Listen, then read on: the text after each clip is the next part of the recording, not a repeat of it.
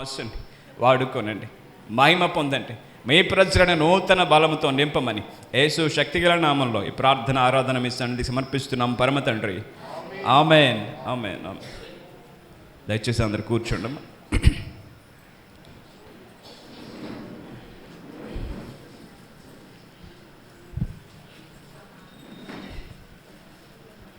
దేవుని పరిశుద్ధ నామానికి మహిమ కలుగును గాక. హల్లెలూయా. చాలా సంతోషం మీతో కలిసి ఇలా దేవుని వాక్యాన్ని పంచుకోవడం, అలాగే మా సహోదరులతో కలిసి దేవుణ్ణి ఆరాధించడం చాలా సంతోషంగా ఉంది. అందరూ సంతోషంగా ఉన్నారమ్మా? సంతోషంగా ఉన్నారా? ఒకసారి బిగ్గరగా ప్రభుకి స్తోత్రం చెప్తాం. హల్లెలూయా, హల్లెలూయా, ప్రభుకి స్తోత్రం. దేవుని సన్నిధికి సమయానికి మీరు చూపించిన ఆసక్తి, చాలామంది పెద్దవాళ్ళు కనబడుతున్నారు. దేవుని సన్నిధిని మీరు ప్రేమిస్తున్న విధానాన్ని బట్టి నేను ప్రభువుని ఎంతగానో స్తుతిస్తున్నాను. సమయం అవుతుంది కనుక ఆలస్యం చేయకుండా దేవుని వాక్యంలోనికి వెళ్దాం. దేవుని వాక్యంలోనికి వెళ్ళే ముందు దేవుని సన్నిధిలో మన హృదయాలను సిద్ధపరచుకోవడం అనేది చాలా ప్రాముఖ్యమైన విషయం. ఏం చేయాలి? మన హృదయాలను సిద్ధపరచుకోవాలి. ఎక్కడికన్నా ప్రయాణమై వెళ్తున్నాం అనుకోండి, 4 గంటలకి ట్రైన్ అయితే మనం ఎన్ని గంటలు లెక్కుస్తాం? 1 గంటకే లేచిపోతాం. సిద్ధపాటు చాలా అవసరం. సిద్ధపాటు లేకపోతే దేవుని కార్యాలను మనం చూడలేం. ఆమె సిద్ధపాటు అనేది చాలా ప్రాముఖ్యం. ప్రార్థనాపూర్వకంగా మన హృదయాలు మనం సిద్ధపరచుకుంటూ దేవుడు నాతో మాట్లాడుతాడు అనే ఆలోచన చాలా ప్రాముఖ్యం. దేవుడు నన్ను దర్శిస్తాడు, నా ప్రతి పరిస్థితి ఆయనకి తెలుసు, మనుష్యుడు మాట్లాడుతున్నాడు అని మనం ఈ స్థలానికి వస్తే మన ప్రయాస వ్యర్థమైపోతుంది. కానీ నిశ్చయముగా దేవుడు నాతో మాట్లాడతాడు, నన్ను దర్శిస్తాడు, నేను నడవవలసిన మార్గాన్ని నాకు తెలియచేస్తాడు అని ఎవరైతే సిద్ధపాటు కలిగి ఉంటారో ఖచ్చితంగా మీతో, నాతో, మనందరితో ఆయన మాట్లాడే దేవుడై ఉన్నాడు. హల్లెలూయా, హల్లెలూయా. యెహోవా తమకు దేవుడు కాగల జనులు ధన్యులు.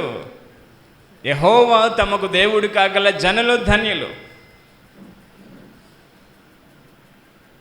ఈ లోకల్లో పేర్లు, పొజిషన్లు, ఇక ఇతర కాదు. ఈ దేవుడు ఎవరి జీవితాలకు దేవుడిగా ఉంటాడో, ఈ దేవునికి ఎవరైతే ప్రార్థన చేస్తారో వాళ్ళు ధన్యులు. హల్లెలూయా, వాళ్ళు ధన్యులు. భక్తుడు మాట్లాడుతున్న ఉద్దేశం ఏంటంటే, ఆ మాట వెనకాల, ఇప్పుడు మన అదే టాపిక్ కాదు కానీ దాన్ని మీకు చెప్తాను, జస్ట్ వినండి. ఆ భక్తుడు రాసిన మాట వెనకాల ఉద్దేశం ఏంటంటే, ఇప్పుడు చాలామంది ఒక మంచి గవర్నమెంట్ జాబ్ వస్తేనో లేదా ఒక పెద్ద లాటరీ తగిలితానో వెంటనే వారు చెప్పే మాట ఏంటంటే, ఇక నా జీవితానికి చాలు. ఏంటంట?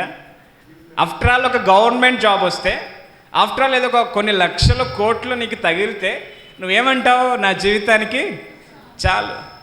ఆ డబ్బును అనుభవించాలంటే నువ్వు ప్రాణంతో ఉండాలి కదా, ఆ ఉద్యోగం చేయాలంటే నువ్వు లోకల్లో జీవించి ఉండాలి కదా, నీకు ఆరోగ్యం ఉండాలి కదా. కానీ ఈ దేవుడు నీకు దేవుడైతే, హల్లెలూయా, ఆయన ఇచ్చే భరోసా, నీ ప్రాణము, నీ సకల మార్గములు ఏ దేవుని వశమందు ఉన్నాయో ఆయనే ఈయన. హల్లెలూయా. ఆయన దేవుడై ఉంటే వెనక్కి తిరిగి చూసుకోవాల్సిన పరిస్థితి లేదు. చిన్న ఉద్యోగానికే మాట్లాడతారు, చాలండి ఇంక నేను వెనక్కి తిరిగి చూసుకునే పరిస్థితి లేదండి, సెటిల్ అయిపోయిందండి నా జీవితం ఇంక వెనక్కి తిరిగి చూసుకునే పని లేదు. ఆఫ్టర్ ఆల్ ఒక ఉద్యోగానికి అంత భరోసా ఉంటే, ఈ దేవుడు నీకు అర్థమైతే, ఈ దేవుడిని కనీసం కొంచెం నేను రుచి చూడగలిగితే నువ్వు ఆనందించవలసిన విషయం ఏంటో తెలుసా? ఎలాంటి పరిస్థితులు గుండా నువ్వు ప్రయాణం చేస్తున్నా నువ్వు ధైర్యం తెచ్చుకోవాల్సిన మాట ఏంటో తెలుసా? యెహోవా, ఈ యేసుక్రీస్తు నీకు దేవుడై ఉన్నాడు. హల్లెలూయా, హల్లెలూయా. ఆయన ఎప్పుడు ఎవరన్నా చేయి వదిలేస్తారేమో కానీ నిన్ను పిలిచినవాడు, నీకోసం ప్రాణం పెట్టినవాడు, ఆయన నమ్మదగినవాడు. హల్లెలూయా. అటువంటి దేవుణ్ణి కలిగిన మనము మన ముఖాల్లో సంతోషం, ఆనందం, ఎలాంటి బాధ అయినా ఉండనివ్వండి, ఎలాంటి కష్టమైనా ఉండనివ్వండి, మన కష్టానికి, నష్టానికి, మన సంతోషానికి కారణము దేవుడు. కీర్తనలో భక్తుడు ఏమంటాడు తెలుసా? నా స్తుతికి కారణభూతుడవగు దేవా. ఎవరు నా స్తుతికి కారణము? నా ఆస్తులు కాదు, నా వెండి బంగారాలు కాదు, దేవుణ్ణి స్తుతించడానికి కారణం ఏంటో తెలుసా? నీవే దేవా. నీవు నా జీవితానికి దేవుడిగా ఉన్నావు. ఎన్నిక లేని పాపినైన నన్ను నీ ప్రజగా చేసుకున్నావు. నా జీవితంలో ఏమున్నా లేకపోయినా ఈ గొప్ప రక్షణను బట్టి నా జీవితాంతం నేను స్తుతిస్తాను. హల్లెలూయా.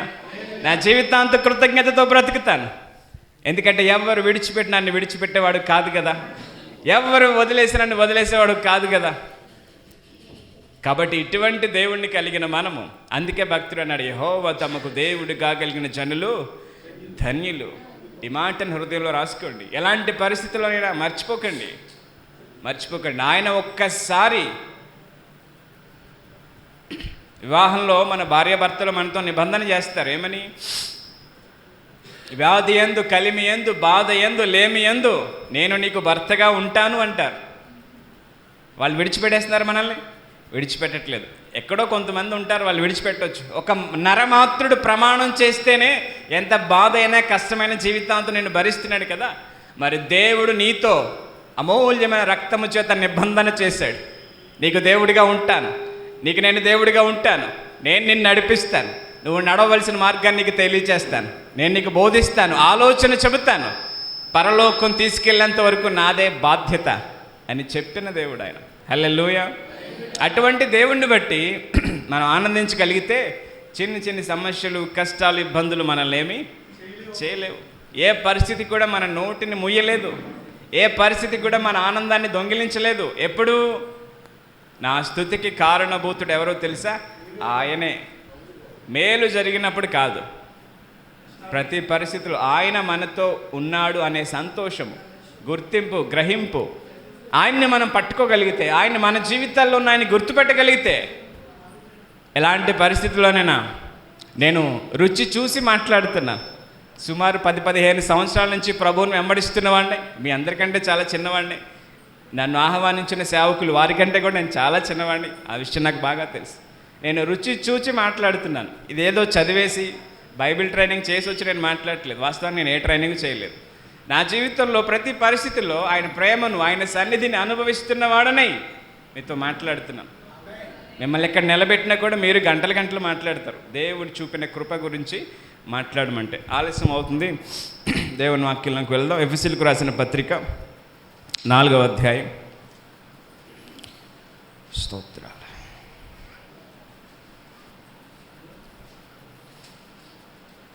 మొదటి 2 వచనాలు చదువు. కాబట్టి మీరు సమాధానమున బంధము చేత ఆత్మ కలిగించు ఐక్యమును కాపాడుకునేందుకు శ్రద్ధ కలిగిన వారై ప్రేమతో ఒకరినొకడు సహించుచు మీరు పిలువబడిన పిలుపునకు తగినట్లుగా దీర్ఘశాంతముతో కూడిన సంపూర్ణ వినయముతోనూ సాత్వికంతో నడుచుకునవలని ప్రభువును బట్టి ఖైదైన నేను మిమ్మల్ని బతిమలాడుకొనుచున్నాను. చిన్న ప్రార్థన చేసుకో. మహోన్నతుడు అయిన మా తండ్రి, మీ పరిశుద్ధ నామానికి స్తోత్రాలు చెల్లిస్తున్నాం. ఉదయకాలం మా మధ్యలో ఉన్న మీ సన్నిధిని బట్టి వందనాలు. మీ సేవకులను బట్టి స్తోత్రాలు. దేవా మీకు స్తోత్రాలు. మీరు ఇచ్చిన చక్కటి అమూల్యమైన అవకాశాన్ని బట్టి, మీ సన్నిధిని బట్టి, ఆసక్తితో మీ ప్రజలు నడిపించిన విధానాన్ని బట్టి వందనాలు. ఉదయకాలం వాక్యమైన మీరు మీ ప్రజలను దర్శించబోతుండగా గ్రహించే హృదయాన్ని దయచేయండి, వినగలిగే చెవులను దయచేయండి. మీ స్వరం గుర్తుపట్టి మీ మాటను పట్టుకుని విశ్వాసముతో మీరు వారి జీవితాల్లో ఏం కోరుకుంటున్నారో ఆ మార్గాల్లో సాగిపోవడానికి, నూతన బలముతో నింపబడ్డానికి, నిన్ను మరింతగా స్తుతించినట్లు శత్రు యొక్క సంఖ్యల నుంచి, ప్రతి సంఖ్యల నుంచి విడిపించబడి నిన్ను మహిమపరిచే జీవితాలుగా అందరి జీవితాలను మారినట్లు ఉదయకాలం నీ వాక్యం చేత మమ్మల్ని దర్శించమని, మమ్మల్ని అందరినీ ప్రాణాత్మ దేహములతో మీకు అప్పగించుకుంటూ యేసు నామమున ప్రార్థన మీ సన్నిధికి సమర్పిస్తున్నాం పరమ తండ్రి. ఆమేన్. ఆమేన్. ఆమేన్. ఇప్పుడు మనం చదువుకున్న వచనం చాలాసార్లు మనం చదువు ఉండొచ్చు, మనకి పరిచయం ఉన్న వచనం అయి ఉండొచ్చు. కానీ ఈ మాట మాట్లాడిన తర్వాత మనం రక్షణ గురించి కొన్ని విషయాలు ఈ ఉదయకాలం వినబోతున్నాం. వాటికంటే ముందు దేవుని ఆత్మ, దేవుని సేవకుడు కలిసి ఆలోచన చేసి దేవుని సన్నిధిలో మీకోసం ఆలోచిస్తున్నప్పుడు ప్రభు నాకు ఇచ్చిన మొదటి మాట ఏమిటంటే, ఇప్పుడు మనం చదువుకున్నాం ఏంటది? సమాధానమను బంధము చేత ఎవరు కలిగిస్తున్నారు ఐక్యత? అది ప్రాముఖ్యం. పాస్టర్ గారు కాదు, లేకపోతే వచ్చి నేను కాదు, విశ్వాసులు కాదు, దేవుని సంఘమయ్యున్న మీరు జాగ్రత్తగా వినాలి. దేవుని సంఘమైన మీరు, రక్షణ పొందిన మీరు తెలుసుకోవలసిన, పాటించవలసిన ప్రాముఖ్యమైన విషయం ఏమిటంటే, సంఘముగా మీ జీవితాల్లో ఆత్మదేవుడు కలిగించే ఐక్యతను మీరు ఏం చేయాలి? కాపాడుకొనుట యందు శ్రద్ధ కలిగిన వారై, మీరు పిలువబడిన పిలుపుకు తగినట్లుగా సంపూర్ణమైన దీర్ఘశాంతముతో కూడిన వినయముతో మీరేం చేయాలి? నడుచుకోవాలి. హల్లెలూయా. సంఘములో దేవుని ప్రజలమైన అందరికీ పరిశుద్ధాత్మ దేవుడు కలిగించే ఐక్యత చాలా అవసరం. మీరెవరు, మీరేమై ఉన్నారు, లోకల్లో మిమ్మల్ని ఎలా పిలుస్తున్నారు, అది కాదు విషయం. ఒక్కసారి యేసుక్రీస్తు రక్తంలో కడగబడిన తర్వాత, సంఘంలో చేర్చబడిన తర్వాత, పరిశుద్ధాత్మ దేవుడు కలిగించే ఐక్యతను మీరు ఏం చేయాలి? కాపాడుకోవాలి. మీ జీవితాల్లో పరిస్థితులు నాకు తెలియదు, ప్రభు మీతో ఎందుకు మాట్లాడమన్నాడో నాకు తెలియదు, కానీ మీకు చెప్పమన్న మాట ఏంటంటే, పరిశుద్ధాత్మ దేవుడు కలిగించే ఐక్యతను మీరు ఏం చేయాలి? కాపాడుకోవాలి. ఒక్కని ఎదుట ఒకడు వినయము గలవారిగా, దేన మనసు కలిగిన వారిగా, ఒక్కని ఎదుట ఒకడు తగ్గించుకుంటూ, ఒకరినొకరు ప్రేమించుకుంటూ, అది మీ పిలుపు. ఏమని చెప్పాడు అక్కడ? అది మీ పిలుపు. మీరు పిలువబడిన పిలుపుకు తగినట్లుగా నడుచుకోండి. దీర్ఘశాంతముతో కూడిన సంపూర్ణ వినయముతోను సాత్వికంతో నడుచుకునవలెను. సాత్వికముతో, వినయముతో నడుచుకోవాలి. మీరు పిలువబడిన పిలుపుకు తగినట్లుగా మీరు నడుచుకోండి. ఎందుకంటే మిమ్మల్ని పిలిచిన ప్రభు ఈ భూమి మీద శరీరధారిగా ఉన్నప్పుడు సాత్వికముతో, దీన మనసుతో, తనకంటే మానవ మాతృ యొక్క పాదములను సైతం కడగడానికి ఏమాత్రం ఆలోచించని వాడై ఒకనికంటే ఒకరిని యోగ్యులుగా ఎంచుకోండి. ఎప్పుడు సంఘంలో దేవుని ఆత్మ పనిచేస్తాడు, ఎప్పుడు దేవుని కార్యాలు చూస్తాయి, ఎప్పుడు అపవాది సంఖ్యలు మన జీవితాల నుంచి పోతాయి. సంఘములో పరిశుద్ధాత్మ దేవుడు కలిగించే ఐక్యతను మనం ఏవేవో కారణాలు చెప్పి వాటిని దూరం చేసుకోకూడదు. హల్లెలూయా. ఏవేవో వంకలు చెప్పుకుని వాటిని దూరం చేసుకోకూడదు. లోకల్లో మనం ఏమయ్యామనేది మనకు అనవసరం, కానీ సంఘములో మనమంతా ఒక కుటుంబం. హల్లెలూయా. దేవుని రాజ్యాన్ని కట్టడానికి పిలువబడిన వారు. యేసు ప్రభు ఏదో నీ జీవితాల్లో కష్టాలు కన్నీళ్లు తొడడానికి నిన్ను పిలవలేదు. నీ పట్ల ఆయనకున్న ఆలోచన చాలా విలువైంది. నువ్వు ఆయన్ని సరిగ్గా చూడకపోతే చాలా నష్టపోతావు, చాలా కోల్పోతావు. ఒక కోటీశ్వరుడు మన ఇంటికి వచ్చినప్పుడు ఆయన ఎవరో మనకు అర్థం కాకపోతే ఆయన మనం ఏమని అడుగుతాం? అయ్యా నాకు ఒక 1000 రూపాయలు ఇవ్వండి చాలు, ఒక 10,000 ఇవ్వండి చాలు. ఆయన ఎవరో నీకు అర్థం కాకపోతే ఆయన సరిగా నువ్వు అడగలేవు. ఆయన ప్రతి ఒక్కరి పట్ల చాలా ఉన్నతమైన ప్రణాళిక కలిగి, ప్రత్యేకంగా దేవుని సంఘం అంటే దేవుడు చాలా గౌరవిస్తాడు, చాలా విలువనిచ్చాడు వాక్యంలో. తరతరాల యుగాల దేవుని ఆలోచన ప్రణాళిక ఏంటో తెలుసా? భూమి మీద సంఘాన్ని స్థాపించడం. అది అనేక తరముల నుంచి, అనేక యుగాల నుంచి దేవుడు ఎదురు చూస్తున్నాడు. సంఘం ఎప్పుడు భూమి మీద ప్రారంభమవుతుందా అని. అది 2000 సంవత్సరాల క్రితం యేసుక్రీస్తు అనే దేవుని కుమారుడు తన ప్రాణం పెట్టి తిరిగి లేవడం ద్వారా, అపోస్తుల ద్వారా ప్రారంభమైనదే ఈ దేవుని సంఘం.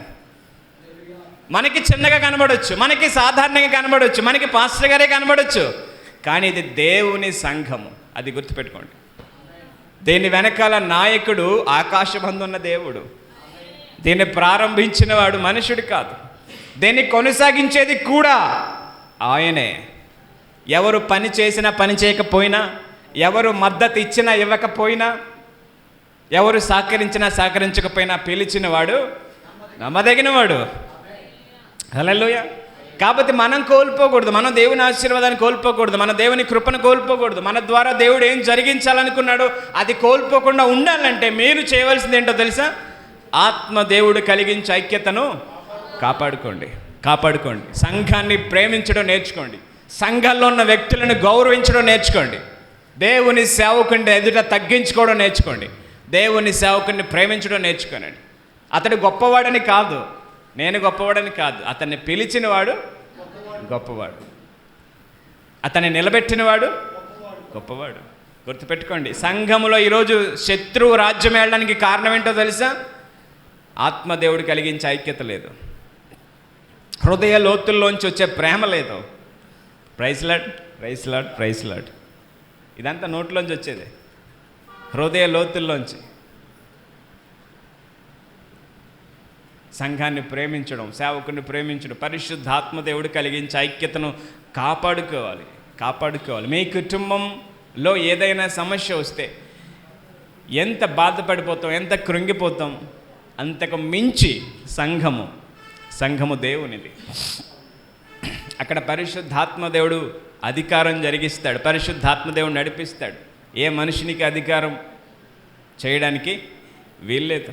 ఈ ఉదయకాలం ప్రభు మనతో మాట్లాడుతున్న ప్రాథమికమైన విషయం ఏంటంటే, సంఘముగా అయిన మీరు మొదట చేయవలసిన విషయం ఏంటంటే పరిశుద్ధాత్మ దేవుడు కలిగించే ఐక్యతను కాపాడుకోండి. ఒకరితో ఒకడు సమాధానం అనే బంధము చేత, హల్లెలూయా, సమాధానం అనే బంధము మీ మధ్యలో ఎప్పుడూ ఉండాలి. యేసు ప్రభు మాట్లాడు చెప్పాడు, ఎవడన్నా ఒకడు అర్పణ అర్పించాలంటే మొదట నీ అర్పణ పక్కన పెట్టు. మొదట నువ్వు వెళ్ళి ఏం చేయాలి? నీ సహోదరునితో సమాధానపడు. నువ్వు ఇచ్చే అర్పణ నాకు అవసరం లేదు, నువ్వు ఇచ్చే కానుకలు నాకు అవసరం లేదు. నేను ఏ సంఘంలో పెట్టానో సాటి అయిన అవయవాలు, దేవుని అవయవాలైన మీరందరూ ఒకరితో ఒకరు ఏం కలిగి ఉండాలి? సమాధానం కలిగి ఉండాలి. ఎందుకంటే ప్రతి ఒక్కరిలో పనిచేసేది ఒకే ఆత్మ, ప్రతి ఒక్కరిని నడిపించేది ఒకే ఆత్మ. కాబట్టి ఆ ఆత్మదేవుడు మీ అందరిలో పని చేయాలంటే, నిన్ను వాడుకొని నీ సహోదరునితో మాట్లాడాలంటే, నీ సహోదరుని వాడుకొని నీతో మాట్లాడాలంటే, ఒకరి ద్వారా ఒకరిని బలపరచాలంటే, సంఘం అనేది దేవుని సేవకుని యొక్క బాధ్యత మాత్రమే కాదు.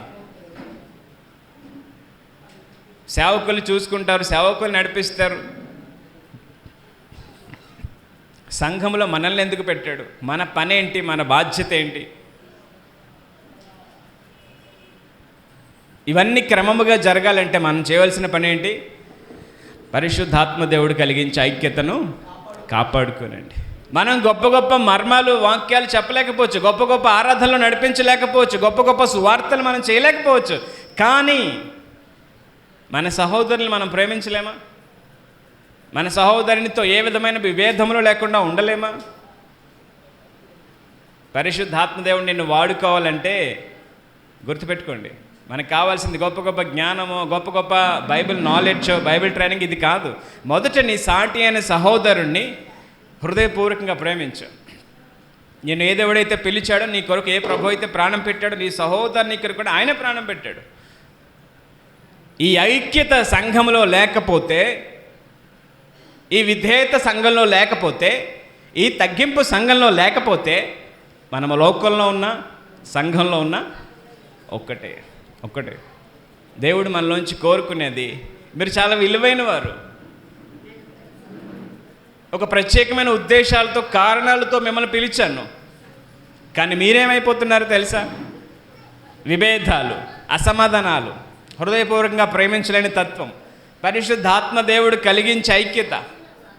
దేవుడు పనిచేసే విధానం ఎలా ఉంటుందో తెలుసా? చైన్ తెలుసా మీకు? చైన్, లింక్ ఒకదానికొకటి లింక్ అయి ఉంటుంది. ఒక చైన్ చివర ఒకరు పట్టుకున్నారు, ఇంకొక చివర ఇంకొకరు పట్టుకున్నారు. అన్ని లింకులు కనెక్ట్ అయి ఉంటేనే దాన్ని పట్టుకున్న వరకు క్షేమంగా ఉంటారు. అంతేనా? మీకు అర్థమవుతుందన్నమాట. అన్ని లింకులు ఒకదానికొకటి కనెక్ట్ అయి ఉంటేనే దాన్ని పట్టుకున్న వరకు క్షేమంగా ఉంటారు. మధ్యలో ఏ ఒక్క లింక్ కట్ అయినా పడిపోతారు. మిగతావన్నీ బాగానే ఉన్నాయి కదండి, మిగతా 99 బాగానే ఉన్నాయి. కట్ అయినాయి ఎన్ని? 99 కట్ అయినాయా? ఎన్ని కట్ అయినాయి? ఒకటే కట్ అయింది. గుర్తుపెట్టుకోండి, దేవుని సంఘంలో ప్రతి ఒక్కరూ దేవుని రాజ్యాన్ని ముందుకు తీసుకువెళ్ళడానికి మీ అందరి ఒక్కొక్క లింక్ వలె ఐక్యముగా ఉండాలి. అప్పుడే లోకానికి క్రీస్తుని చూపించగలుగుతారు. అప్పుడే దేవుని కొరకు ముందు వెళ్ళగలుగుతారు. నేనేం చేయగలనండి, నాకు ఏ సామర్థ్యం లేదండి, నాకు ఏ బైబిల్ జ్ఞానమో తెలియదండి, నాకు ఏ అభిషేకము లేదండి, నాకు ఏ ప్రత్యక్షత లేదండి, ఏం అవసరం లేదు. ఉదయం ప్రభు చెప్తుందంటే తెలుసా? సంఘములో ఐక్యతను కాపాడుకోనండి. మీకు ఎవరితోనో విభేదాలంటే ఉదయకాలం రాజీ పడండి, క్షమించండి. అమ్మ నేను క్షమిస్తున్నాను, మనం కలిసి దేవుని రాజ్యానికి కడదాం. ఎంతవరకు పొరపాటుగా ఆలోచించుంటే దయతో నన్ను క్షమించు. ఉదయకాలం ప్రభు నాతో మాట్లాడాడు, ఆ లోపాన్ని నాకు తెలియచేశాడు. దేవుని పని ముందుకు జరిగించడానికి ఆదివారం కూడుకోవడమేనా? సోమవారం టు శనివారం మరలా కాల్ చేసి బ్రదర్ ఎక్కడున్నారు, మనం కాసేపు ప్రార్థన చేసుకుందాం, బ్రదర్ ఎక్కడున్నారు, దేవుని వాక్యాన్ని మాట్లాడుకుందాం. బ్రదర్ పాస్టర్ గారు ఆదివారం పలానా విషయాన్ని చెప్పారు, దాని గురించి ఒకసారి సేవకునితో మాట్లాడదాం. ఐక్యత ఐక్యత ఐక్యత చాలా అవసరం. మన బంధువులు మనం ప్రేమించమా? మన తోబుట్టువులు మనం ప్రేమించమా? మన కుటుంబాన్ని మనం ప్రేమించమా? మరి దేవుని సంఘంలో ఎందుకు ప్రేమ కొరతైపోతుంది? దేవుని సంఘంలో ఐక్యత ఎందుకు కొరతైపోతుంది? శత్రువుకు బాగా తెలుసు. మీరందరూ ఒకే మాట మీదకి వస్తే ఎంత బలమైన కార్యాలు జరుగుతాయో శత్రువుకు బాగా తెలుసు. అందుకనే చిన్ని చిన్ని కారణాల చేత అనవసరమైన చిన్నవి చూపించి మీ మధ్యలో సమాధానం లేకుండా, ఐక్యత లేకుండా, ఒకే విధమైన ఆలోచన లేకుండా మనల్ని దారి తప్పిస్తాడు. ఇది మనకి అర్థమైతే ఐక్యతను మనం కాపాడుకోవాలి. ఏం చేయాలి? ఐక్యతను కాపాడుకోవాలి. ఎందుకంటే అది మనుషుడి వలన కలిగేది కాదు, ఆత్మ కలిగించే ఐక్యత. గుర్తుపెట్టుకోండి, ఎవరు కలిగించే ఐక్యత? ఆత్మ కలిగించే ఐక్యత. దేవుడు కలిగించే ఐక్యత నాకు వద్దు, నేను వినను, నాకు అవసరం లేదంటే మన జీవితాల్లో మనం చాలా సంఖ్యలలో మిగిలిపోవాల్సి ఉంటుంది. గుర్తుపెట్టుకోండి, ఇది నా మాట కాదు, సేవకుని మాట కాదు, పరిశుద్ధాత్మ దేవుని మాట. హల్లెలూయా. ఆత్మదేవుడు కలిగించే ఐక్యత. ఆయన ఇచ్చే వరాలు, అద్భుతాలు, స్వస్థతలే కాదు, ఆయన ఇచ్చేవి చాలా ఉన్నాయి. ఆయన కలిగించే ఐక్యతను కాపాడుకోండి. సమాధానం అనే బంధాన్ని మీరు ఎప్పుడు కొనసాగించండి. ఒక్కని ఎదుట ఒకడు వినయముతో, దీర్ఘశాంతముతో. ఒకవేళ చిన్నవాళ్ళు తెలిసి ఏదన్నా ఒక మాట జారినా, ఒకవేళ ఏదన్నా అనాలోచనగా పలికినా, పెద్దవారైన వారు, అనుభోగ్యులైన వారు దీర్ఘశాంతముతో ఒకరినొకడు సహించుకుంటూ, భరించుకుంటూ. యేసు ప్రభు ఎన్నాళ్ళ నుంచి నిన్ను సహిస్తున్నాడు, ఎన్నాళ్ళ నుంచి నన్ను సహిస్తున్నాడు. నీకు యేసు ప్రభు పరిచయం 10 సంవత్సరాలు, 15 సంవత్సరాలు అయింది. కానీ యేసు ప్రభుకు నువ్వు ఎప్పటి నుంచి తెలుసా? తల్లి గర్భంలో ఉన్నప్పటి నుంచి నువ్వు తెలుసు. అప్పటి నుంచి మనం ఎన్ని పొరపాట్లు చేసాం, ఎన్ని బలహీనతలు ఉన్నాయి, ఎన్నిసార్లు తప్పిపోయాం, ఎన్నిసార్లు ఆయనకు వ్యతిరేకంగా ప్రవర్తించాం. భరించలేదా? ఇక వీడిని భూమి నుంచి తీసేద్దాం అనుకున్నాడా? వీడి ఆయుష్ను ముగించేద్దాం అనుకున్నాడా? ఏం చేశాడు ఆయన? భరించాడు, సహించాడు. ఆయన పిల్లలమైన మనమందరం కూడా భరించడం నేర్చుకోండి. దేవుని సేవకునికి ఒక మాట చెబుతున్నాను, మీరు భరించుకోవడం నేర్చుకుంటే, సహించడం నేర్చుకుంటే మీ అంత బలమైన ఆయుధాలు ఇంకెవ్వరూ ఉండరు. హల్లెలూయా. మాట మాట్లాడితే పచ్చుత్రము చెప్పడం అది కాదు జ్ఞానం. మాట మాట్లాడితే తిరిగి నా మాట గెలవాలి అనుకోవడం, నేను ఎక్కడ చిన్నవాడిని అయిపోతాను అనుకోవడం, ఇది దేవుని ప్రజల లక్షణం కాదు. నీ జీవితంలో జయ జీవితం నువ్వు చూడాలంటే దేవుడు నీ జీవితంలో పని చేయడం నువ్వు మాత్రమే కాదు, నువ్వు చుట్టుపక్కల ఉన్న వాళ్ళందరూ కూడా చూసేలాగా ఆయన పని చేస్తాడు. ఎప్పుడో తెలుసా? భరించడం నేర్చుకోండి, సహించడం నేర్చుకోండి. దేవుని రాజ్యం ముందుకు వెళుతుంది అంటే ఎంతకైనా నేను తగ్గించుకుంటాను ప్రభువా అనే మనసు ఎవరిలో ఉంటుందో వారితో దేవుడు పదే పదే మాట్లాడతాడు. వారు నిలబడితే అద్భుతంగా వాడుకుంటాడు, వారి ద్వారా ఘనమైన కార్యాలు చేస్తాడు. కాబట్టి ఉదయకాలం దేవుడు మనతో మాట్లాడి తెలుసా? ఆత్మ కలిగించే ఐక్యతను కాపాడుకోండి. ఒక్కరిని ఒకటి భరించడం నేర్చుకోండి, సహించడం నేర్చుకోనండి. శత్రువు ఇంకా ఎంతకాలం మన సంఘాల్లో, మన కుటుంబాల్లో నిలిచి ఉండిపోవాలి? దేవుడు మన కొరకు దాచి ఉంచిన మేళ్ళు మనకు వద్దా? దేవుడు చేయాలనుకుంటున్న కార్యాలు మనకు వద్దా? దేవుడు నీ కొరకు దాచిపెట్టిన మహిమను నువ్వు చూడాలంటే సంఘములో పరిశుద్ధాత్మ దేవుడు కలిగించే ఐక్యతను కాపాడుకోండి. నీ సొంత సహోదరుని వల్లే, సొంత కుటుంబీకుల వల్లే ఒకరినొకరు ప్రేమించుకుంటూ, గౌరవించుకుంటూ, తగ్గించుకుంటూ. లోకం మనకు పెట్టిన పేర్లు, బిరుదులు, ఆ చెత్త చెదారమంతా కాల్చి పడేసి సంఘములో దేవుని ప్రజలుగా నీ తోటి సహోదరుని ఎప్పుడైతే నువ్వు ప్రేమిస్తావో అప్పుడు నువ్వు చేసే ప్రార్థన దేవుడు అంగీకరిస్తాడు. అప్పుడు నువ్వు చేసే అర్పణ దేవుడు అంగీకరిస్తాడు. ఆ సమాధానము, ఆ విధేయత, ఆ తగ్గింపు లేనంత కాలము మన ప్రార్థనలకు అడ్డుగా అవి నిలిచి ఉండిపోతాయి. గుర్తుపెట్టుకోండి. బహుశా మన జీవితాల్లో ఇంకా మనం బలహీనంగా అయిపోవడానికి, మన ప్రార్థనలకు కొన్ని జవాబు రాకపోవడానికి బహుశా ఇదే కారణమేమో. దాన్ని సరిచేసుకుందాం, మార్చుకుందాం. పరిశుద్ధాత్మ దేవుడు కలిగించే ఐక్యత దేవుని కొరకు ఒక బలమైన సైన్యముగా మనం అందరం కూడా సిద్ధపడదుముగాక. ఆమేన్. వాక్యాలకు వెళ్దాం రండి. ఎఫెసీయులకు, ఫిలిప్పీయులకు రాసిన పత్రిక 2వ అధ్యాయం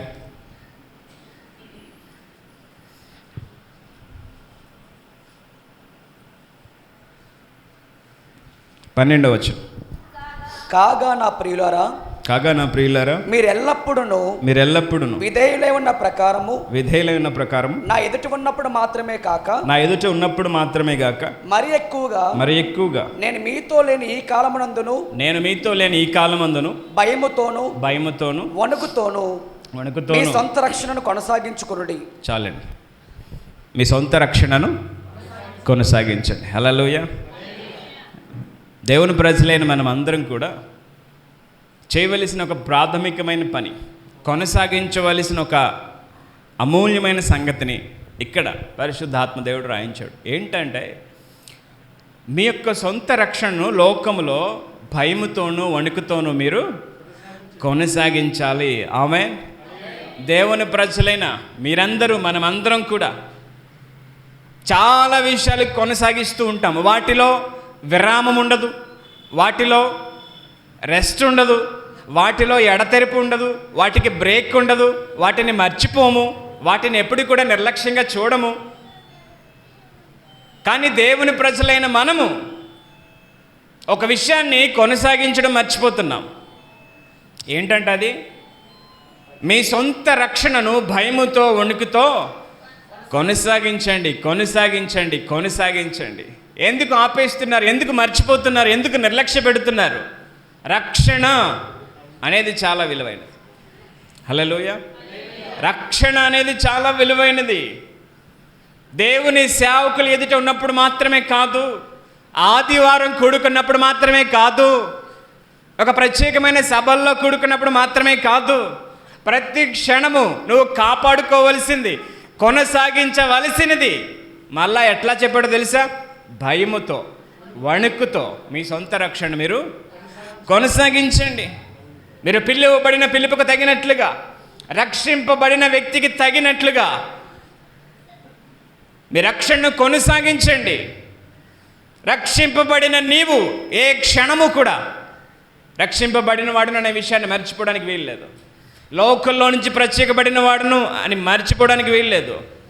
దేవుని ఆత్మచేత ముద్రింపబడిన వాడును అని మర్చిపోవడానికి వీల్లేదు.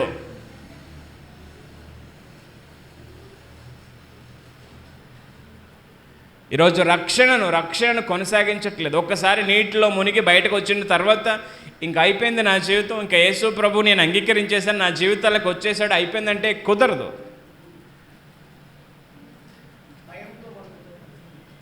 భయముతో వణుకుతో ప్రతి క్షణము ఆ రక్షణను కొనసాగించే విషయంలో, రక్షింపబడిన వాడు ఎలా మాట్లాడతాడు, ఎలా ప్రవర్తిస్తాడు, రక్షింపబడిన వానికి ఏమి కావాలి, నా ప్రభువును గలతీయులకు రాసిన పత్రిక 3వ అధ్యాయం 27వ వచనం. క్రీస్తులోనికి బాప్తిసం పొందిన మీరందరూ క్రీస్తును ధరించుకొని ఉన్నారు. ఆమేన్. క్రీస్తులోనికి బాప్తిసం పొందిన మీరందరూ ఏంటండి? రక్షణ ఏంటి? ఎలా కొనసాగించాలి? నేను బాప్తిసం పొందిన నేను నా జీవితంలో ఉన్న ప్రత్యేకత ఏంటి? ఎప్పుడైతే మీరు నీటిలో మునిగి, కేవలం నీటిలో మునగడం మాత్రమే కాదు, హృదయమందు యేసు ప్రభు యొక్క శిలువ మరణాన్ని, పునరుద్ధాన్ని అంగీకరించారో, విశ్వసించారో, అలా నీటిలో మునిగి బయటకు వచ్చిన మరో క్షణము నుంచి మీరు ఎవరిని ధరించుకున్నారు? క్రీస్తుని ధరించుకున్నారు. హల్లెలూయా. ఏదో ఒక పేరుని ధరించుకోవడం కాదు, ఏదో ఒక డినామినేషన్ పేరు తగిలించుకోవడం కాదు, పలానా సంబంధించిన వ్యక్తికి నేను, పలానా సేవకుని సంఘానికి సంబంధించిన వాడును, అదన్నీ మంచిదే. కానీ మొదట నీవు క్రీస్తుని ధరించుకున్నావు. హల్లెలూయా. ఇప్పుడు రక్షణ కొనసాగించడం అంటే, రక్షణను భయముతో వణుకుతో కొనసాగించడం అంటే, యేసు క్రీస్తును పోలి బ్రతికే విషయంలో భయము కలిగి, జాగ్రత్త కలిగి. ఇప్పుడు పలానా పుల్లయ్య గారు, ఎల్లయ్య గారు అబ్బాయి ఏదన్నా తప్పు చేశాడు అనుకోండి, ఫస్ట్ ఏమంటారు అమ్మా? ఏమంటారు? పలానా పుల్లయ్య గారు అబ్బాయి అంటారా, వాడి పేరు ప్రస్తావించరు. ఎవరు? పలానా పుల్లయ్య గారు అబ్బాయి, ఎల్లయ్య గారు అబ్బాయి పలానా పని చేశాడు. ఇప్పుడు ఎవరికి చెడ్డ పేరు? తండ్రికి చెడ్డ పేరు. రక్షణ పొందిన మీరు అందరూ కూడా ఇక మీదట దేవుని కుటుంబం అయ్యారు. ఏమయ్యారు? దేవుని కుటుంబం అయ్యారు.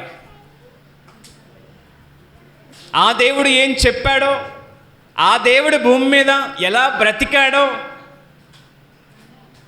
దాన్ని మనం ప్రతిరోజు చదువుకుంటూ, ప్రతి వారం సంఘంలో బోధిస్తున్నప్పుడు నేర్చుకుంటూ, ఆ రక్షణను ఎక్కడ క్రీస్తును తప్పుగా చూపిస్తానో, ఎక్కడ క్రీస్తు మాట్లాడకూడనే మాట నా నోట్లోంచి వస్తుందో, ఎక్కడ క్రీస్తుకు లేని ప్రవర్తన నాలోంచి వస్తుందో, ఎక్కడ క్రీస్తుకు లేని స్వభావం నాలోంచి బయటకు వస్తుందో అని భయం ఉండాలంట. ఏముండాలి? భయం ఉండాలి. ఈ విషయంలో ఈ భయం ఉండాలి. రేపు ఎలాగా, రేపు అది ఎలాగా, ఇది ఎలాగా, ఈ భయం కాదు. రక్షణ విషయంలో భయం ఉండాలి. ఏముండాలి? రక్షణ విషయంలో భయముతో వణుకుతో మీరు కొనసాగించాలి మీ రక్షణను. ప్రతి క్షణము దేవుని ప్రజకు తగ్గట్టుగా నేను ఎక్కడ తప్పిపోతాననే భయం మీకు ఉండాలి.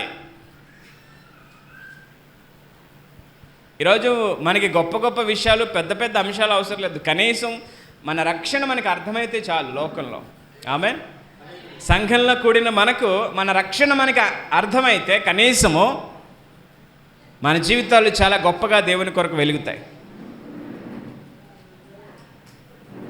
కాబట్టి మనం అందరూ మొదట తెలుసుకోవలసిన, ఆలోచించవలసిన విషయం, దేవుడు మనతో చెబుతున్న విషయం ఏంటో తెలుసా? మీ సొంత రక్షణ మీరేం చేయాలి? భయముతో వణుకుతో కొనసాగించాలి. ఎలా కొనసాగించాలి? భయముతో వణుకుతో కొనసాగించాలి. రక్షణ పొందిన నేను క్రీస్తుని ధరించుకున్నాను. ఈరోజు రక్షణ పొందిన వారే, సంఘంలో చేర్చబడిన వారే, యేసుక్రీస్తు రక్తంలో కడగబడ్డామని చెబుతున్నవారే. పాస్టర్ గారు లేనప్పుడు, అందుకే ఇక్కడ రాశారు, నేను మీ ఎదుట ఉన్నప్పుడు మాత్రమే కాక అని ఎందుకు ప్రస్తావించవలసి వచ్చిందంటే, ఆరాధన అయిపోయాక, ఆదివారం సంఘం అయిపోయిన తర్వాత, పాస్టర్ గారు లేనప్పుడు, ఎవరు లేనప్పుడు కూర్చుని వాళ్ళు చేసే సంభాషణలు మనం వినగలిగితే ఏముంటాయి? ఆ సంభాషణలో ఏముంటాయి?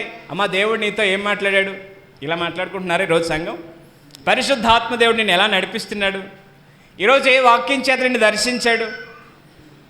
ఈరోజు నీకు ఏ ప్రత్యక్షతనిచ్చాడు? ఇవేనా మనం మాట్లాడుకునే విషయాలు? ఇవేవి ఉండవు మన సంభాషణలో ఎవరు లేనప్పుడు. ఏముంటాయి? నేను నవ్వడానికి చెప్పట్లేదు, మీరు చాలా విలువైన వారు. ప్రభు చూస్తున్నాడు. మీ రక్షణ మీరు కొనసాగించాలి. మీరు ఆ విధమైన జీవితం బ్రతుకుతారని యేసు ప్రభుకు పని పాట లేక సిలువలో వేలాడలేదు. ఆయన సేవకులను ఈరోజు నిలబెట్టి మాట్లాడిస్తుంది ఆయన సేవకులకు పని పాట లేక కాదు. మీ రక్షణ చాలా విలువైనది. మీరు పొందిన రక్షణ, మీరు అంగీకరించిన నామము. మీరు అనుకోవచ్చు, నాకు కలిగిన శ్రమను బట్టి, బాధను బట్టి ఈ స్థానంలో కూర్చున్నానని మీరు అనుకోవచ్చు. అది కాదు. నువ్వు ఇక్కడ కూర్చోడానికి ఒక కారణం ఉంది. నిన్ను ఈ స్థలానికి నడిపించడానికి దేవుని ఆలోచన ఉంది. మనకి ఈ స్థలం ఇవ్వడానికి, ఇక్కడ మనల్ని కూర్చోబెట్టడానికి తన ప్రాణాన్ని ధారపోస్తే ఆ 2 అడుగుల ముక్క మనకు వచ్చింది, లోపలికి వచ్చాం. అర్థమవుతుందా మీకు? తన రక్తం అంతా ధారపోస్తే ఈరోజు దేవుని సన్నిధిలో మనకి చిన్న చోటు దొరికింది. రక్షణ ఎంత అమూల్యమైందో మీకు అర్థమవుతుందా?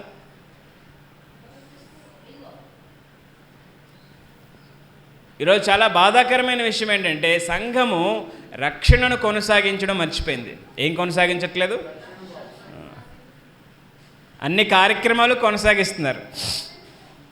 ప్రతి ఆదివారం అటెండ్ అవుతారు, వాళ్ళు చేయవలసిన కార్యాలు సంఘంలో చేస్తారు, ప్రతిదాన్ని కొనసాగిస్తున్నారు. కానీ ఏం కొనసాగించట్లేదు? రక్షణను కొనసాగించట్లేదు.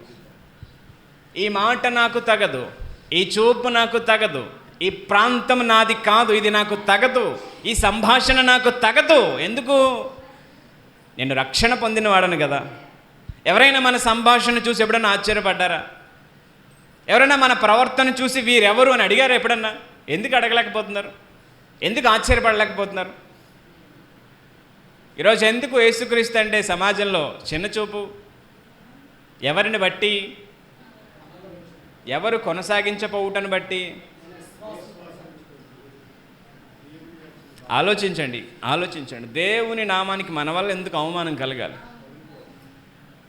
ఈ ఉదయకాలం దేవుడు మనతో మాట్లాడుతున్న విషయం ఏంటంటే, మీ రక్షణను భయముతో వణుకుతో కొనసాగించండి.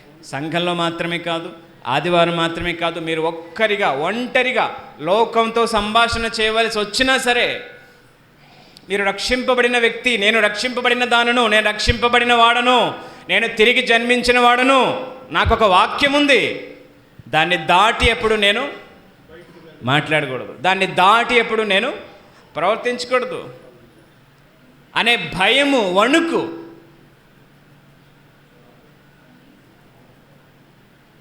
ఏదైనా అనాలోచన మాట, అనాలోచన పని మనకు ఎదురు పడితే, పొరపాటున మన ద్వారా జరిగితే మనకి భయము, వణుకు ఈరోజు లేదు. పరిశుద్ధాత్మ దేవునికి, సంఘాలు, దేవుని ప్రజలు ఎందుకు దూరమైపోతున్నారు? ఎందుకు ఆయన అందరితో మాట్లాడలేకపోతున్నాడు? ఎందుకు ఆయన అందరినీ వాడుకోలేకపోతున్నాడు? ఆయన మాట్లాడుతున్నాడు, కానీ మనకు అర్థం కావట్లేదు. మన హృదయాలు మొద్దుబారిపోతున్నాయి. దేవుని స్వరాన్ని అవిధేయత చూపిస్తూ, దేవుడు చెప్పిన మాట నిర్లక్ష్య పెడుతూ, నీకు ఇచ్చిన రక్షణ పట్టించుకోకుండా,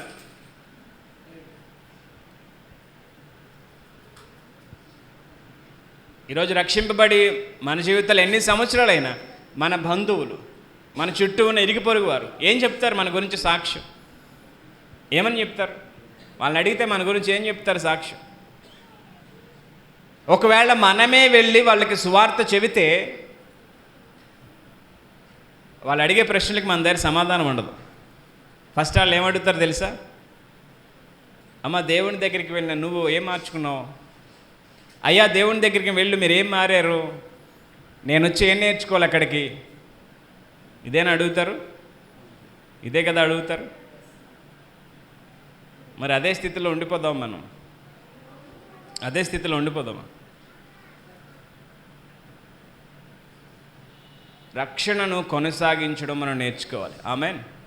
భయముతో, వణుకుతో, నువ్వు ఏ ప్రాంతంలో ఉన్నా, నేను యేసుక్రీస్తును ధరించుకున్నవాడను, నేను యేసుక్రీస్తు నామానికి చెందినవాడను, ఇక మీద నువ్వు చేసే ప్రతి పని ఆయనకి సంబంధించిందే. నువ్వు దేవుని కొరకు బ్రతుకుతుంటే ఆయనకి మహిమ వస్తుంది.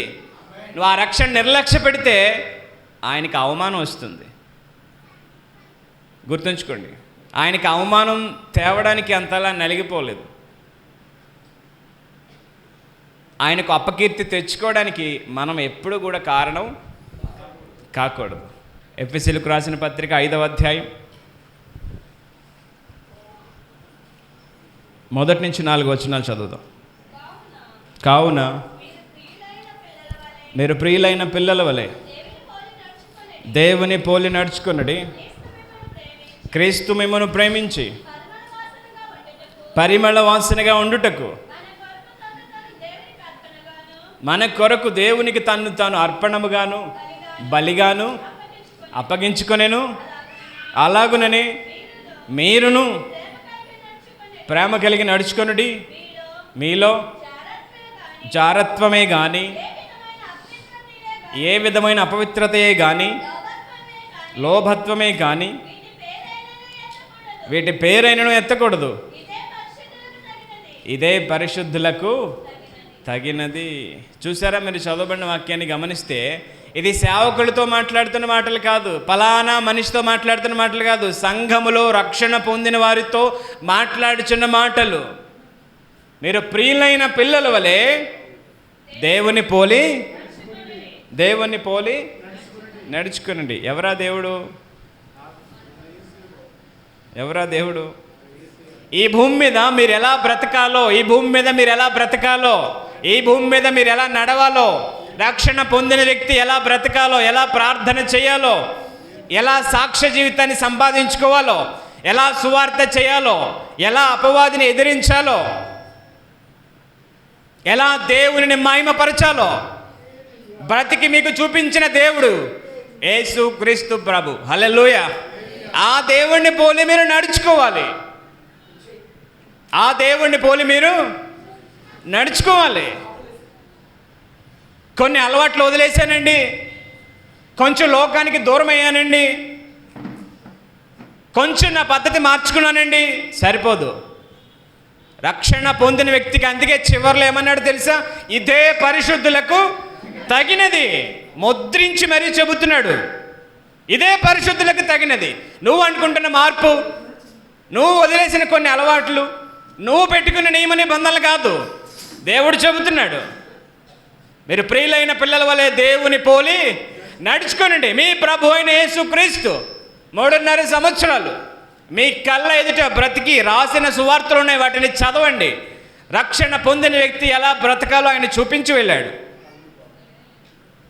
ఎంత జాగ్రత్తగా బ్రతకాలో, దేవుని కొరకు ఎంత తప్పించాలో, దేవుని కొరకు ఎంత ప్రార్థించాలో, దేవుని వాక్యంతో ఎంతసేపు గడపాలో, దేవుని ప్రజలను ఎలా గౌరవించాలో, ప్రేమించాలో మీకు మాదిరి చూపించిన ఆయన ఉన్నాడు. అందుకే అన్నాడు, మీరు ప్రియులైన పిల్లల వలె దేవుని పోలి నడుచుకోనండి. ఆయన పరలోకమందున్న దేవుడు కాదు, ఈ భూమి మీద నీ కళ్ళ ఎదుట బ్రతికిన దేవుడు ఆయన. రక్షణ పొందిన జీవితం ఎలా ఉండాలో నాకు తెలియదండి అని చెప్పడానికి వీల్లేదు. అయ్యా మీరు బాగానే చెబుతున్నారు రక్షణ కొనసాగించమని, రక్షణ కాపాడుకోమని, అది ఎలా అండి అని అంటే యేసు ప్రభు జీవితాన్ని బాగా చదవండి. ఏం చేయాలి? ఆయన జీవితాన్ని బాగా చదవండి. సేవకులు చెబుతున్నప్పుడు శ్రద్ధ పెట్టి వినండి. రక్షణ పొందిన జీవితం ఎలా ఉండాలో ఆయనే చెబుతాడు. ఆయన బ్రతికి చూపించాడు. కేవలం మన పాపాలను క్షమించడానికి అయితే ఒక్కరోజు ముందొచ్చి శిలువలో ప్రాణం పెట్టేసి తిరిగి లేచి వెళ్ళిపోతే అయిపోయింది కదా, మనకి క్షమాపణ వచ్చేసింది కదా. మరి ఎందుకు 3.5 సంవత్సరాలు మన కళ్ళ ముందు బ్రతికాడు? ఆలోచించాలి, వినాలి, శ్రద్ధగా వినాలి. ఎందుకు మన కళ్ళ ముందు 3.5 సంవత్సరాలు బ్రతికాడు? ఎందుకు అవన్నీ పిన్ టు పిన్ తప్పిపోకుండా రాయించాడు ఇక్కడ? మనం చదువుకుని చప్పట్లు కొడతామని కాదు, మనం నేర్చుకుని అలా బ్రతకాలని. హల్లెలూయ, హల్లెలూయ. అందుకే దేవునికి తను తాను బలిగా అర్పణగా అర్పించుకున్నాడు. ఏం కోరుకుని? మీ జీవితాలు పరిమళ వాసనగా ఉండాలి. ఆమేన్. మీ జీవితాలు పరిమళ వాసన అంటే సాక్ష్య జీవితం. ఏంటది? సాక్ష్య జీవితం. ఏదన్నా ఒక సుగంధము, ఏదన్నా ఒక మంచిది వెలిగించారనుకోండి, ఆ స్మెల్ అక్కడి నుంచి అలా ఇల్లు దాటుకుంటూ వెళ్ళిపోతుంటుంది. పరిమళ వాసన అంటే మన సాక్ష్య జీవితం. యేసు ప్రభు శిలువలో ప్రాణం పెట్టడానికి కారణము, యేసు ప్రభు శిలువలో ఆయన చివరి కోరిక ఏంటో తెలుసా? నీ జీవితంలో ఒక ప్రత్యేకమైన సాక్ష్యం ఉండాలి. స్పష్టంగా చెప్పాడు కదా, దాని కొరకే తాను దేవునికి బలిగా అర్పణముగా అర్పించుకున్నాడు. ఇక మీదట రక్షణ పొందిన వ్యక్తులు, నన్ను అంగీకరించిన ప్రజల జీవితాలు ఒక పరిమళ వాసనగా ఉండాలి. ఆమేన్. వారు మాట్లాడితే అద్భుతం, వారు మాట్లాడితే ఏ లోక సంబంధమైన మాట వారి నోట్లో ఉండదు. వారు ఎక్కడ అడుగు పెట్టినా పరిశుద్ధాత్మ దేవుని ప్రభావాన్ని చూపిస్తారు. వాళ్ళ జీవితాల్లో కానీ, వారి మాటల్లో కానీ, వారి చేతల్లో కానీ, లోకము కానీ, అపవాది కానీ, లోక కార్యాలు కానీ ఎంత మాత్రము ఉండవు. హల్లెలూయా. ఎందుకని? వాళ్ళకి అర్థమైంది. ఏమర్థమైంది? ఇలా నేను ఉండాలనే కదా నా ప్రభు చచ్చిపోయాడు, ఇలా నేను ఉండాలనే కదా నరక యాతన నా కోసం అనుభవించాడు, ఇలా ఉండాలనే కదా చివరి బొట్టు వరకు ఆయన రక్తం కార్చాడు, ఇలా ఉండాలనే కదా ఆయన నా కోసం విరిగి నలిగిపోయాడు. నీకు అర్థమవుతుందా? నా మాటలు అర్థమవుతాయేమో? మనొక ప్రత్యేకమైన సాక్ష్య జీవితాన్ని కలిగి ఉండాలి. ఆమేన్. పరిమళ వాసనగా ఉండాలి. అది దేవుని ఆలోచన, అది నా మాట కాదు. అది దాని కొరకే తాను బలిగా అర్పణముగా దేవునికి అర్పించుకున్నాడు. ఏది ఈరోజు మన జీవితాల్లో ప్రత్యేకత? ఏది? ఒక ప్రత్యేకమైన సాక్ష్యం ఏది? ఒక ప్రత్యేకమైన సంభాషణ ఏది? ఒక ప్రత్యేకమైన విధానం ఏది? యేసు క్రీస్తు సిలువను అవమానించేది వాళ్ళు కాదు, వాళ్ళకి తెలీదు. మనకి తెలుసా? తెలుసు. మనం ఎంత అవమానిస్తున్నామంటే అందుకే రాస్తాడు హెబ్రీ పత్రికలో. ఇప్పుడు మీరు తీయొద్దు, హెబ్రీ పత్రికలో ఆయన ఏమంటాడు తెలుసా? తాను పరిశుద్ధపరచబడుటకు కారణమైన నిబంధన రక్తాన్ని అపవిత్రమైనదిగా ఎంచుతున్నారంట. కృపకు మూలముగా ఆత్మను తిరస్కరిస్తున్నారంట. ఎప్పుడు తిరస్కరించారు? ఎప్పుడు ఎదిరించారు? ఎప్పుడు ఆ రక్తాన్ని అపవిత్రంగా ఎంచారు? వాళ్ళ నోటితో ఎప్పుడు చెప్పలేదు, నోటితో చెబుతారు యేసు రక్తము పరిశుద్ధమైనది, యేసు రక్తము పాపాలను క్షమిస్తుందని నోటితో బాగానే చెబుతారు. కానీ వాళ్ళ జీవితాల్లో ఏది? ఆ సువాసన ఏది? ఆ సాక్ష్య జీవితం ఏది? లోకంలో పాపంలో ఉన్న ఒక వ్యక్తిని, సంఘంలో ఒక 20 సంవత్సరాల అనుభవం ఉన్న వ్యక్తిని పక్కన నిలబెడితే ఏం మాట్లాడతారు? ఏ అనుభవాలు చెప్తారు? నీ దేవుని యొక్క ప్రత్యేకత అంటే నువ్వు చెప్పే సాక్ష్యం ఏంటి?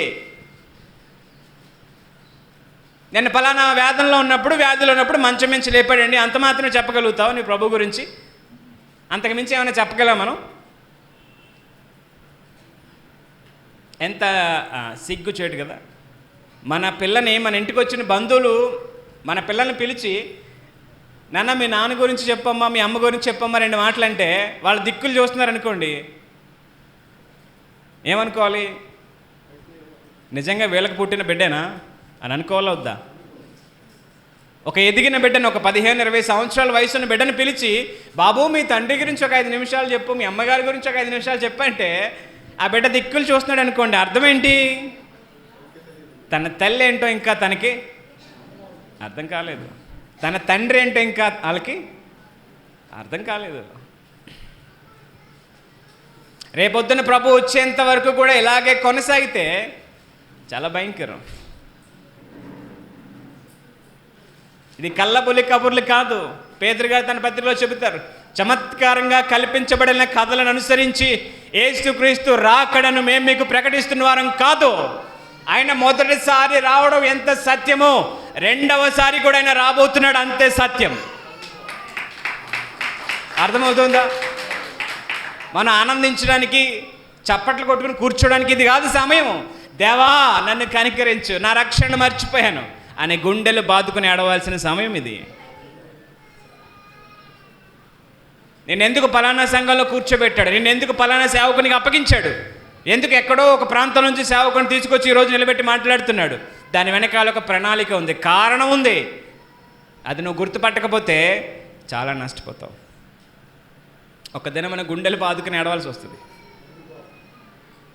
ఆయన ఆకాశ మేఘారుడై వచ్చుట చూచి భూమి మీదనున్న సకల గోత్రముల వారు రొమ్ము కొట్టుకొని ఏడుస్తారంట, యేసయ్య మాకు కావాలి అని. వారు రక్షణ పొందినవారు కాదు, రక్షణ లేని వారి గురించి రాశాడు అక్కడ. కానీ అదే స్థితి మనకు కూడా కలిగితే ఏంటి పరిస్థితి? ఇంకా ఎంతకాలం చిన్న సమస్యలు, చిన్న కారణాలు పెట్టుకుని దేవుని వద్దకు రావడం? ఆయన నీ కోసం ప్రాణం పెట్టాడు. నువ్వేం చేసావు ఆయన కోసం? నేను రక్షించడానికి ప్రాణం పెట్టాడు. ప్రాణం పెట్టి ఎన్నో మాటలు చెప్పాడు. తన సొంత కుమారుని అనుగ్రహించని వాడు ఆయనతో పాటు సమస్తాన్ని మీకు ఎందుకు ఇవ్వడు?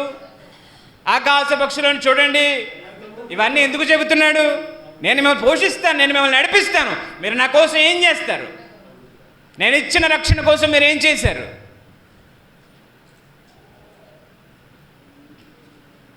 ఆఫ్టర్ ఆల్ ఒక సీఎం గారు ఏదైనా ఒక పథకం ప్రవేశపెట్టి పలానా టైంకి మీరు అక్కడ అందరూ అటెండ్ అవ్వాలన్నారనుకోండి, అటెండ్ అవ్వకపోతే వాళ్ళందరి పరిస్థితి ఏంటి?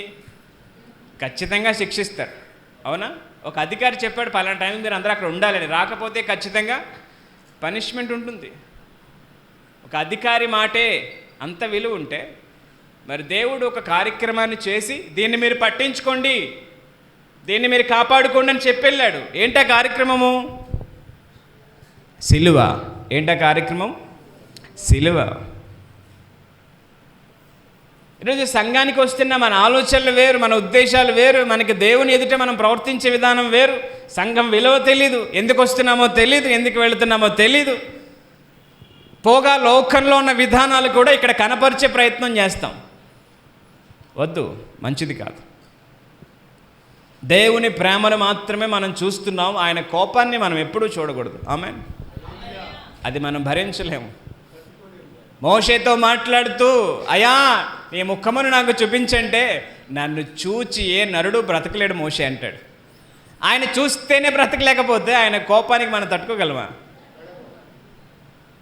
సంఘం అంటే భయపడడం నేర్చుకోండి, సంఘాన్ని ప్రేమించడం నేర్చుకోండి, సంఘములో ఒకరినొకరు గౌరవించడం తగ్గించుకోవడం నేర్చుకోండి, ఆత్మ కలిగించే ఐక్యతని కాపాడుకోనండి, మీ సొంత రక్షణ భయముతో కొనసాగించండి. ఇకపోతే లోకములోను సంఘములోను మీ యొక్క సాక్ష్య జీవితము పరిమళ వాసనగా ఉండాలి. మిమ్మల్ని కదిపితే దేవుని మాటలే రావాలి, మిమ్మల్ని కదిపితే విశ్వాస వాక్కులే రావాలి, మిమ్మల్ని కదిపితే పరిశుద్ధాత్మ దేవుని స్వరము స్పష్టంగా వినబడాలి. ఆమేన్. ఇంకా కిందకి చెప్పాడు, ఇవి మీకు తగవు, మీలో జారత్వము లోభత్వము లోకంలో ఉన్న ఏ విధమైన అపవిత్రత వాటి పేరు కూడా మీరు ఎత్తడానికి వీల్లేదు. అవి చేయడం తర్వాత వాటి పేరు కూడా మీరు ఎత్తడానికి వీల్లేదు. ఇదే పరిశుద్ధులకు తగినది. మీరు ఎంత జాగ్రత్తగా బ్రతకాలో, రక్షణ పొందిన మీరు ఎంత జాగ్రత్తగా బ్రతకాలో అర్థమవుతుందా? ఈ రోజుల్లో సంఘంలో చూస్తున్నప్పుడు, బయట తిరుగుతున్నప్పుడు, అనేక మంది కలుస్తున్నప్పుడు వాళ్ళు చెప్పే సంభాషణ, సలహా పర్లేదండి, అలా ఏం కాదండి, మరీ అంత వాక్యాన్ని పట్టించుకోవాల్సిన అవసరం లేదండి. మన భక్తి, మన యొక్క విశ్వాసం ప్రత్యేకమైన ఫంక్షన్లు వచ్చినప్పుడు, వివాహాలు వచ్చినప్పుడు మన భక్తి బయటపడిపోద్ది. మనం ఎంత ప్రేమిస్తున్నాం దేవుణ్ణి, ఎంత గౌరవిస్తున్నాం, ఎంత విలువిస్తున్నాం. నేను లోకంతో విభేదాలు పెట్టుకోమని చెప్పట్లేదు. నీ వాక్యాన్ని గౌరవించడం, అక్కడ నువ్వు సాక్ష్యం ఇవ్వగలగాలి. నేను యేసు ప్రభుకు సంబంధించిన వ్యక్తిని అనే ప్రేమతో వాళ్ళకి చెప్పగలగాలి. లేదా వాళ్ళన్నా అర్థం చేసుకోవాలి, ఇతడు వేరు, ఈమె వేరు, వీళ్ళు ప్రత్యేకం, వీళ్ళు మాతో కలవరు, మమ్మల్ని ప్రేమిస్తారు, గౌరవిస్తారు, కానీ ఈ లోక సంబంధం కీళ్ళ వాళ్ళు చేతులు పెట్టరు అనే సాక్ష్యం మనకుందా? ఇంత గొప్ప రక్షణ నిర్లక్ష్యం చేస్తే మీరు ఎలా తప్పించుకుంటారు? కాబట్టి దేవుడు చెప్పే విషయం ఏంటంటే రక్షణను కొనసాగించండి. ప్రతి స్థలమందు మీరు ఎక్కడున్నా నేను దేవుని బిడ్డ అనే స్పర్శ మీకు ఉండాలి. పొరపాటున ఏదన్నా మాట జారినా మీకు వెంటనే జ్ఞాపకం రావాలి, అయ్యో నేనేంటి ఇలా మాట్లాడుతున్నాను, నేనేంటి ఇక్కడ ఉన్నాను, నేనేంటి ఇలా ప్రవర్తిస్తున్నాను, నేను క్రీస్తుని ధరించుకున్నవాడిని కదా. క్రీస్తు శరీరధారిగా ఉన్నప్పుడు భూమి మీద ఎంత ప్రభావంతో బ్రతికాడు, ఎంత ప్రత్యేకతతో బ్రతికాడు. నన్ను పంపిన వాని చిత్తము నెరవేర్చుటయు, ఆయన పని తుదముట్టించుటయు నాకు ఆహారం అని చెప్పినవాడు కదా మన ప్రభు. ఈరోజు మన జీవితాలు ఎంత బలహీనమైపోయాయి, ఎంత జీవం లేనివిగా అయిపోయాయి. ఎంతసేపు మన అవసరాలు, మన ఆలోచనలు పెట్టుకుని దేవుని దగ్గరికి వస్తున్నాం తప్ప ఆయన ఆలోచన ఏంటి, ఆయన ఏం కోరుకుంటున్నాడు అనే ఆలోచన మాత్రం మనకి ఎప్పటికీ రావట్లేదు. చాలా బాధాకరమైన విషయం. కాబట్టి దేవుని కొరకు, దేవుని వద్దకు వచ్చిన మనం ఏవేవో గొప్ప కార్యాలు దేవుని కొరకు పూనుకోవడం కాదు. మొదట మీ సొంత రక్షణను, ఏ రక్షణను? మీ సొంత రక్షణను, మీరు దేవుని కొరకు చేసే కార్యక్రమాల తర్వాత మీకు ఇచ్చిన వ్యక్తిగత రక్షణను కాపాడుకోవడం నేర్చుకోండి, కొనసాగించండి. ఎన్ని వందల మంది, ఎన్ని వేల మంది ఉన్నా, ఎంత బంధు జనాంగం ముందు మీరున్నా, నేను యేసు ప్రభువుకు సంబంధించిన వ్యక్తిని. గతంలో ఉన్నవారు పరిచయం అయినప్పుడు నేను ఆ వ్యక్తిని కాదు, నేను చనిపోయాను. వారు పిలుస్తారు, వాళ్ళు మనం ఆహ్వానిస్తారు. మనకు అప్పుడు అది కాబట్టి మరలా ఇప్పుడు అదే అనుకుని పిలుస్తారు, రా పలానా పాపం చేద్దాం, రా పలానా పాపంలో పాలు పంపులు పొందాం అని పిలిచినప్పుడు నేను వాని కాదు, నేను చచ్చిపోయాను, నేను రక్షింపబడ్డాను, ఇప్పుడు నేను తిరిగి జన్మించాను అని సాక్ష్యం ఇవ్వగలమా? లేకపోతే వాళ్ళతో కలిపి చేతులు పెడుతున్నామా? గుర్తుపెట్టుకోవాలి, ఆత్మీయ జీవితంలో విలువైంది ఏంటయ్యా అంటే రక్షణ, రక్షణ, రక్షణ. ఏ విధమైన అపవిత్ర మాటలు కానీ మీ నోట్లోంచి రావడానికి వీల్లేదు. కృతజ్ఞతా వచనమే మీరు ఉచ్చరింపాలి, కానీ పోకిరి మాటలు, బూతులు, వెట్టకారాలు, అల్లర్లు ఈరోజు క్రైస్తవుల జీవితాల్లో. వారిని ఏమన్నా ప్రశ్నిస్తే మళ్ళా దానికి విపరీతమైన వ్యాఖ్యానం చేస్తారు.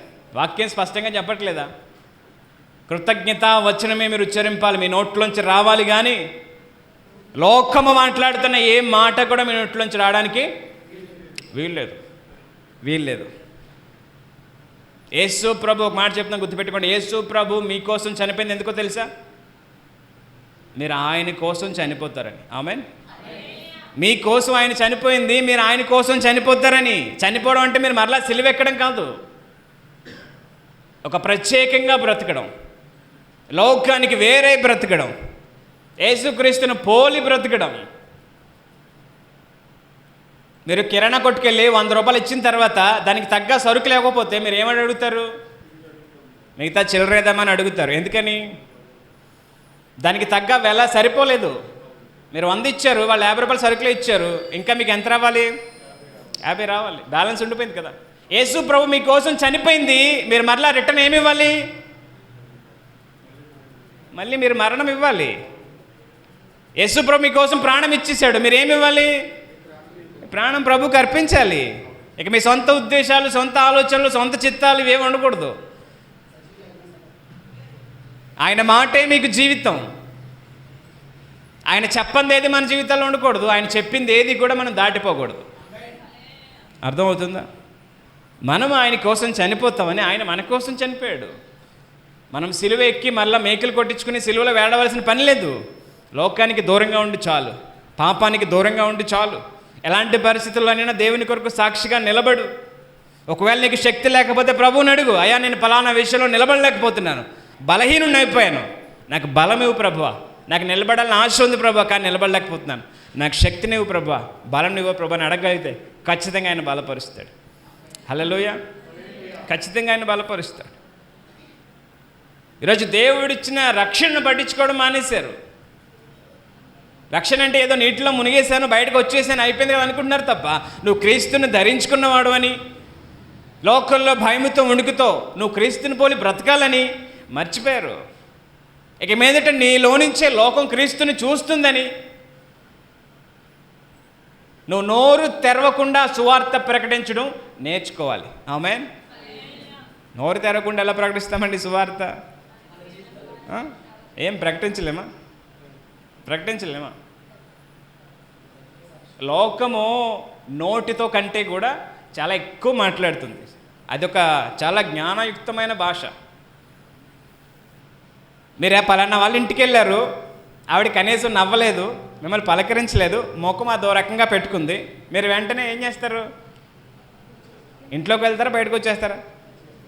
ఆవిడ మీతో ఏం మాట్లాడలేదు కదా, మిమ్మల్ని తిట్టలేదు, ఏమీ అనలేదు, కానీ మీకు ఏం అర్థమైంది? ఆవిడేదో కోప్పడుతుంది, నేనంటే ఆవిడకి ఇష్టం లేదు. ఆవిడ నోటితో ఏమన్నా మాట్లాడిందా? మాట్లాడలేదు కదా. తీతుకు రాసిన పత్రిక 1వ అధ్యాయం. అయ్యా టైం ఎక్కువైపోతుందా? తీతుకు రాసిన పత్రిక మరలా ఎప్పుడో కలుస్తాను మిమ్మల్ని. ఇప్పుడు టైం ఉన్నంతసేపు వినండి, వాక్యాన్ని వినండి. దేవుని సన్నిధిలో మనకి నష్టమేం కాదు సమయం గడపడం. తీతుకు రాసిన పత్రిక 1వ అధ్యాయం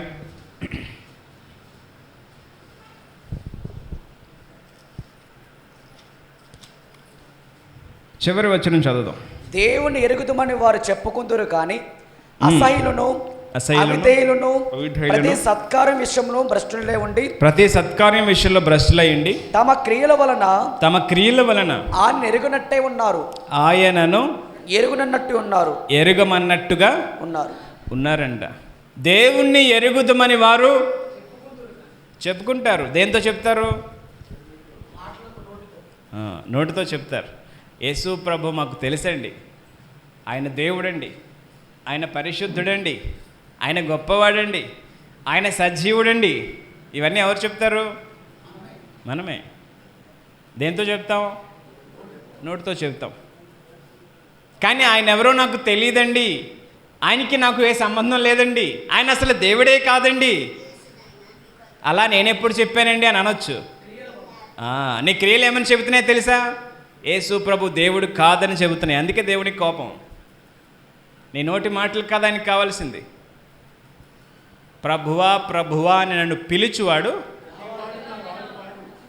మరేం చేయాలి? మాటలు కాదు, ఇక్కడి నుంచి వచ్చేదాన్ని దేవుడు చూడు, ఇక్కడి నుంచి వచ్చేదాన్ని దేవుడు చూస్తాడు. ఆమేన్. ఇప్పుడు మన జీవితంలో నా బాధ ఏంటంటే, దేవుని బాధ ఏంటంటే, రక్షణను మీరు నిర్లక్ష్య పెడుతున్నప్పుడు, రక్షింపబడిన వ్యక్తిగా తగిన రీతిలో మీరు బ్రతకనప్పుడు మీరు చెబుతున్న సాక్ష్యం ఏంటో తెలుసా? మీరు చెప్పకనే చెబుతున్న మాటలు ఏంటో తెలుసా? యేసు ప్రభు దేవుడు కాదు. ఆయన నా కోసం ప్రాణం పెట్టలేదు, ఆయన సిలువ నాకు అక్కర్లేదు, నాకు లోకమే కావాలి, నాకు పాపమే కావాలి. ఇదంతా మీ క్రియల ద్వారా మీరు మాట్లాడుతున్నారు, గుర్తుపెట్టుకోండి. అవన్నీ దేవుడు ఆలకిస్తున్నాడు. నోటితో స్తుతి స్తోత్రము హల్లెలూయా ఇది కాదు దేవుడికి కావాల్సింది. నీ బ్రతుకులో, నీ హృదయంలో రక్షణ గురించిన భయం ఉందా? ఎక్కడ తప్పిపోతారని జాగ్రత్త పడే భయం ఉందా? అంత దూరంలో పాపం కనబడితే చూసి పారిపోయే భయం ఉందా నీకు? దేవుని వాక్యం ఎంత దూరమైన దానికోసం పరిగెత్తే తపన ఉందా? దేవుని ప్రజలు, దేవుని సేవకులు ఎంత వద్దంటున్నా విడువక వెంబడించే ఆసక్తి ఉందా? ఈరోజు దేవుని సేవకులు ప్రేమిస్తేనే వారంటే మనకు లెక్క ఉండట్లేదే.